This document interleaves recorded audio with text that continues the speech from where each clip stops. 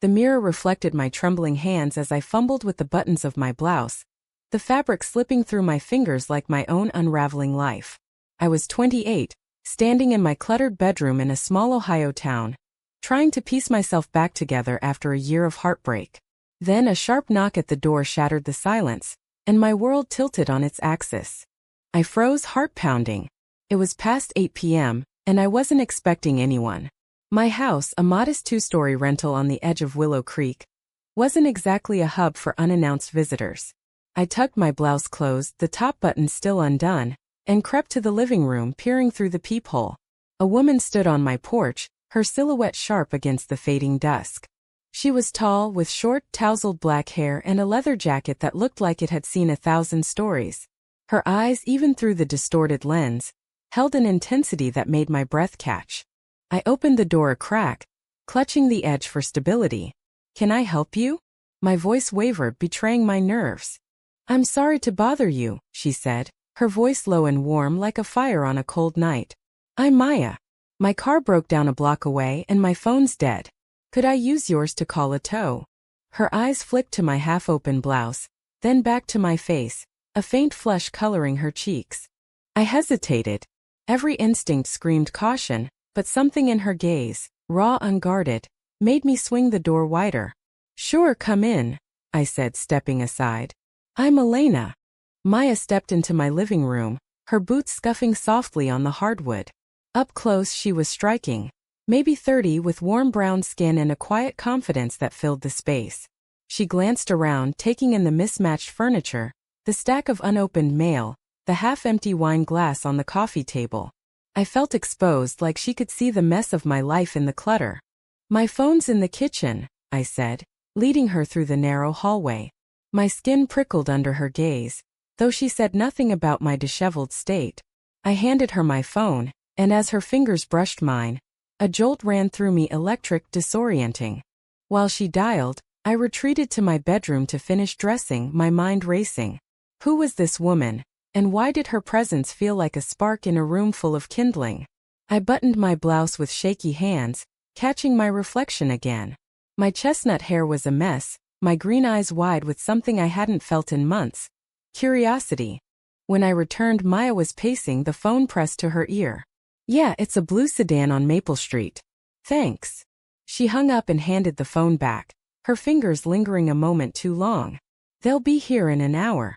Mind if I wait? I don't love the idea of standing out there in the dark." "Of course," I said too quickly. "Want some tea? Or wine?" I gestured to the glass on the table, feeling foolish. Her lips curved into a small smile. "Wine sounds good."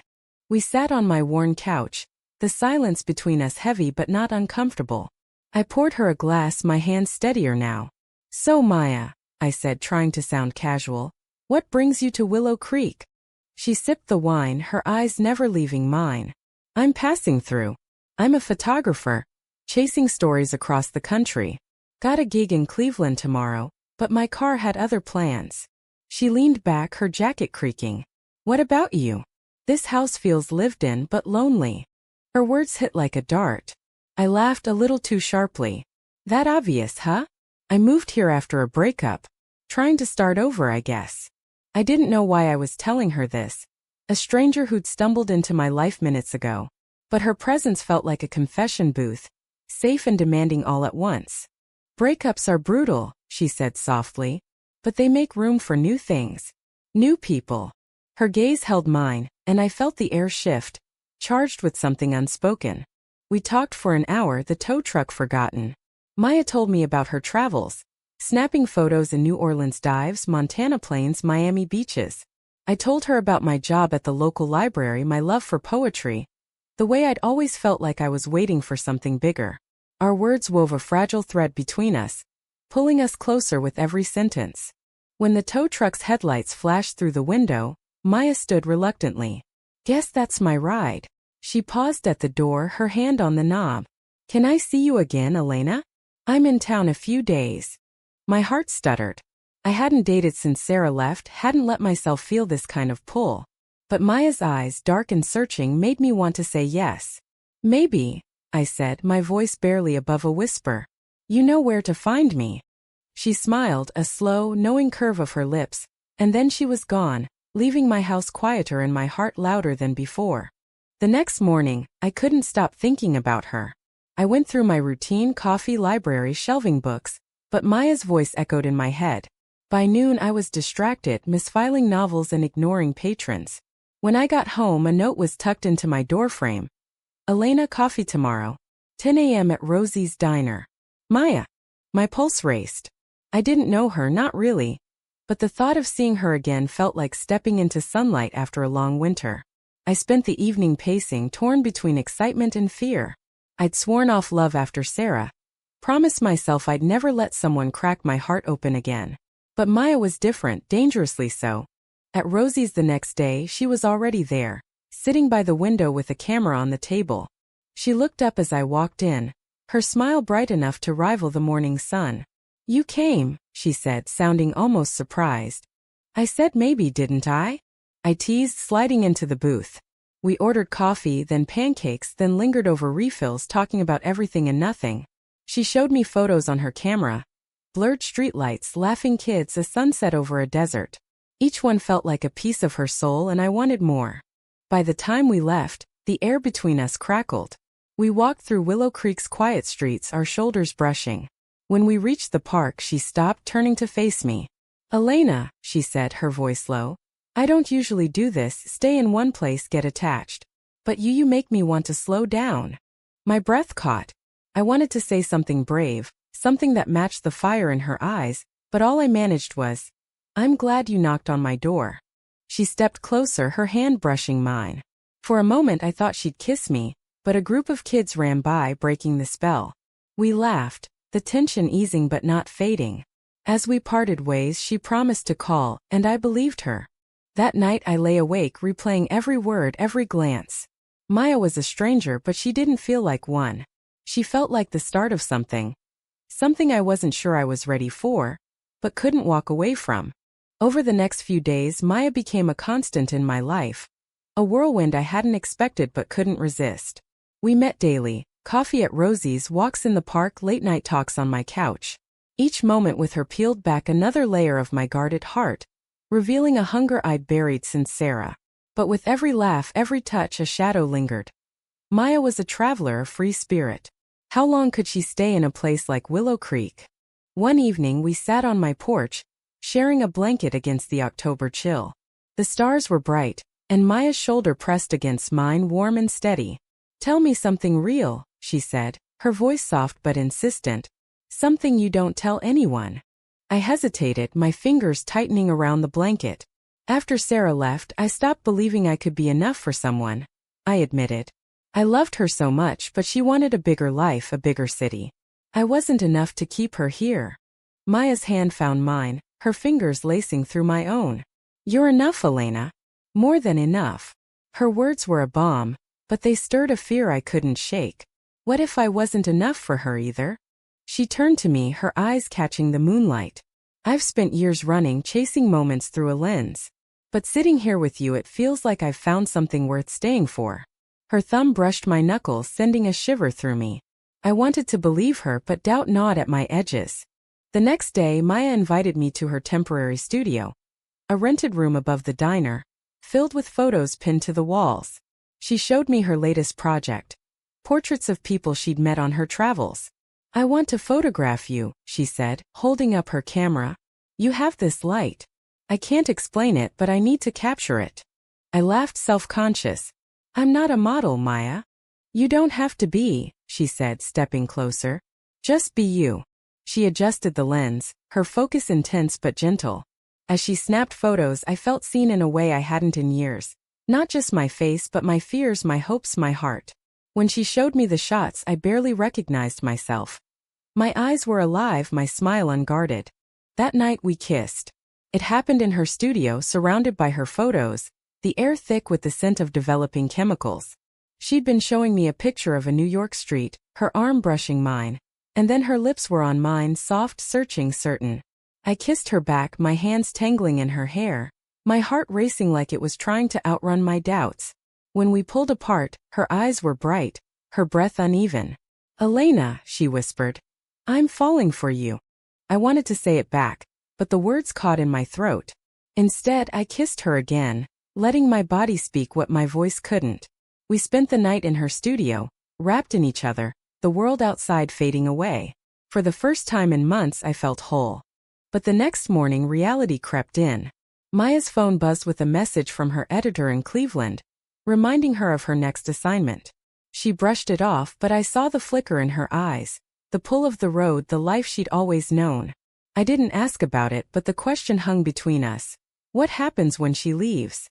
We spent the next few days in a fragile bubble, stealing moments between her shoots and my shifts at the library. We cooked dinner in my cramped kitchen, laughing as we burned the pasta. We danced to old records in my living room, her arms around my waist, my head on her shoulder. Each moment was perfect, but each one carried a ticking clock. One afternoon while we walked along the creek, Maya stopped, her expression serious. "Elena, I need to tell you something." My stomach dropped, bracing for the inevitable. "I got an offer, a big one. A magazine wants me to shoot a series in Europe. 6 months, maybe more." The words hit like a punch. I stared at the water, unable to meet her eyes. "When do you leave?" I asked, my voice flat. "In 2 weeks," she said. "But I haven't said yes yet. I want to know what you think." I wanted to beg her to stay, to choose me over the world. But I'd been down that road with Sarah and I'd lost. "It's your dream," I said finally, forcing a smile. "You should go." Her face fell, but she nodded. "I don't want to lose this, Elena. I don't want to lose you." "Then don't," I said, my voice breaking. We stood there, the creek rushing past, the future looming like a storm. I didn't know if I was strong enough to let her go, or brave enough to ask her to stay. The next week was a tightrope walk between love and fear. Maya and I clung to every moment, but the shadow of her departure grew darker. I started noticing things, her packed duffel bag in the corner of her studio, the way she checked her phone more often, the faraway look in her eyes when she thought I wasn't watching. Each one was a reminder that our time was running out. One night we lay in my bed, the moonlight spilling across the sheets. Her head rested on my chest, her fingers tracing lazy circles on my arm. "What if I stayed?" she whispered, her voice barely audible. "What if I gave it all up, the road, the assignments, and stayed here with you?" My heart leaped, but doubt crept in. "You'd hate it," I said, my voice thick. "Willow Creek isn't your world, Maya. You'd miss the open road, the stories, the freedom." She lifted her head, her eyes fierce. "You're my world right now. Isn't that enough?" I didn't answer. I couldn't. The idea of her giving up her life for me was intoxicating, but it felt like a trap. I'd seen what happened when someone stayed for the wrong reasons. Sarah had stayed 6 months longer than she wanted, and it had poisoned everything. The next day I found myself at the library, staring blankly at a stack of books. My coworker Jen noticed. "You okay, Elena? You've been off all week." I sighed, shoving a book onto the shelf. "It's complicated. There's this woman, Maya. She's leaving soon, and I don't know how to handle it." Jen raised an eyebrow. "You're falling for her, aren't you?" I nodded, my throat tight. "But she's got this big life, Jen. I'm just me. Small-town librarian, broken heart, messy house. How do I compete with the world?" Jen leaned against the shelf, her expression soft. "You don't compete. You love her and you let her choose. If she picks you, it's because you're enough." Her words stayed with me, but they didn't ease the ache. That night, Maya came over, her energy restless. "I turned down the Europe job," she said, pacing my living room. "I told them I need time to think." I stared at her, stunned. "Maya, that's huge. Why?" "Because I'm in love with you," she said, stopping to face me. "I've never felt this before, Elena. Not in any city, not with anyone. I don't want to walk away from it." Her words were everything I wanted, but they terrified me. "Maya, you can't give up your dreams for me. You'll resent me. I've been there. I know how it ends." She crossed the room, taking my face in her hands. "I'm not giving up anything. I'm choosing something better." She kissed me, fierce and desperate, and for a moment I believed her. But the next day I found a letter in my mailbox. Not from Maya, but from Sarah. It was short, apologetic, saying she was back in Ohio for a visit and wanted to talk. My stomach twisted. Sarah, who'd broken my heart, who'd left me feeling small and unworthy. Why now?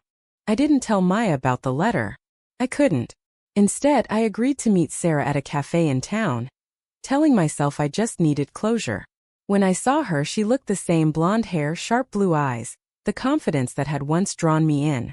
But now she felt like a stranger. I messed up, Elena, Sarah said, stirring her coffee. I shouldn't have left like that. I miss you. I want to try again. Her words were a knife, sharp and familiar. I wanted to scream to tell her she'd had her chance. But part of me, the part that still hurt, wondered if she was right. Maybe I was better off with someone who knew me, who wouldn't leave for a bigger life. I left the cafe in a daze, Sarah's number burning a hole in my pocket. When I got home, Maya was there, sitting on my porch. You okay? She asked, her eyes searching mine. I nodded, but I was lying. The truth was, I was terrified of losing Maya, of repeating the past, of not being enough. That night we made love, but it felt different, like we were both holding on too tightly, afraid to let go. The next morning I woke to find Maya gone. A note on the pillow. Elena, I need to clear my head. I'll be back tonight. I love you. My heart sank. Was she running already? I spent the day in a fog, replaying every moment, every doubt. When she returned, her eyes were red, like she'd been crying. I drove to Cleveland, she said, sitting on my couch. I needed to think about what I'm giving up. But every mile I drove, all I could think about was you. I wanted to believe her, but Sarah's letter was still in my pocket, a weight I couldn't ignore. Maya, I said, my voice shaking, I need to tell you something. I told Maya about Sarah's letter, my voice trembling as I laid bare my fears. Her face was unreadable, but her hands clenched into fists. She wants you back, she asked, her voice tight. After everything she put you through? I don't want her, I said quickly. But she's familiar. Safe. You're a risk, Maya. You could break my heart. Maya's eyes softened, but there was pain there too. I'm not her, Elena. I'm not going anywhere unless you tell me to. We sat in silence, the weight of her words settling between us. I wanted to trust her, but Sarah's return had stirred up old wounds, ones I hadn't fully healed. I need time, I said finally, to figure this out. Maya nodded, her jaw tight. Take all the time you need. I'll be here. But as she left, I felt a crack in my chest, like I was pushing away the one person who saw me for who I was. The next few days were torture. I avoided Sarah's calls, but her presence lingered, a ghost I couldn't shake. Maya kept her distance, giving me space, but her absence was a physical ache. I buried myself in work, shelving books with a ferocity that startled Jen. You're going to break the shelves, she teased, but her eyes were worried. One evening I found myself at the creek, the place where Maya and I had shared so many moments. I sat on the bank, staring at the water, trying to untangle my heart. I loved Maya fiercely, completely, but I was terrified of losing her to the world, or worse, to my own insecurities. When I got home, Maya was waiting on my porch, her camera in her hands. I took these today, she said, handing me a stack of photos. They were of Willow Creek, the diner, the park, the creek, but in each one I saw myself reflected in her lens. Laughing, thoughtful, alive. This is how I see you, she said. Not broken. Not small. Beautiful. Tears stung my eyes. Maya, I'm scared. I don't know if I can do this. She stepped closer, her hand brushing my cheek. You don't have to do it alone. I'm here, Elena. I'm choosing you. That night we talked until dawn, laying bare our fears, our hopes, our pasts. I told her about Sarah's betrayal, the way it had shattered my confidence. She told me about her own scars, growing up in a family that didn't understand her, chasing freedom through her camera, because it was the only way she felt safe. By morning I knew I couldn't let her go. But Sarah wasn't done. She showed up at the library the next day, her eyes pleading. I know I hurt you, she said, but I've changed. Give me a chance to prove it. I looked at her, really looked, and saw the truth. Sarah wasn't my future. She was my past, a lesson I'd learned the hard way. I'm in love with someone else, I said, my voice steady. I'm sorry, Sarah, but we're done. She left without a word, and I felt a weight lift. For the first time I knew what I wanted. Maya, with all her fire and freedom, with all the risk and reward she brought. I found Maya at her studio, packing her camera gear. You're leaving? I asked, panic rising. She turned her eyes soft. Just for a weekend shoot in Columbus. I'm coming back, Elena. I told you, I'm choosing you. I crossed the room, kissing her with everything I had. I'm choosing you too, I whispered against her lips. I love you. When she returned from Columbus, we fell into a rhythm. She took local assignments, building a life in Willow Creek while I started writing again. Poetry flowing from a heart no longer afraid.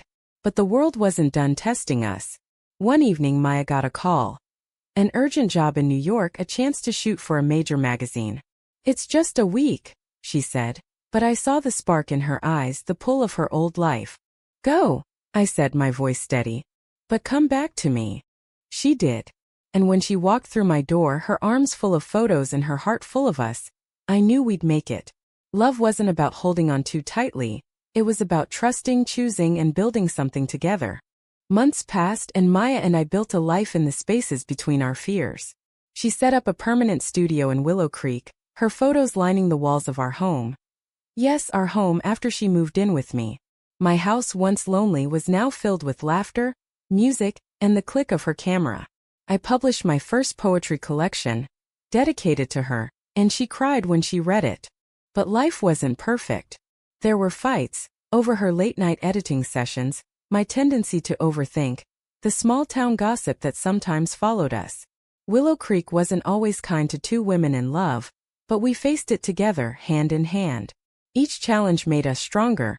Our love a quiet rebellion against a world that didn't always understand. One spring evening, as we sat on the porch where it all began, Maya pulled out her camera. One more photo, she said, grinning. For us. I laughed, pulling her close. You've got enough pictures of me. Never, she said, snapping the shutter. The photo when she showed it to me was us, tangled in each other, smiling free. It wasn't just a picture. It was a promise. That night under the stars, Maya took my hand. I used to think home was a place I'd never find, she said. But it's you, Elena. It's us. I kissed her, my heart full. You're my home too. Our story wasn't a fairy tale. It was messy, real, and hard one. But it was ours. A stranger had come to my house, and in doing so, she'd changed my life.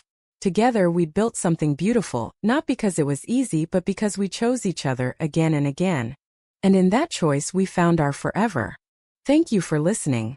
Like and subscribe to get notifications about next videos.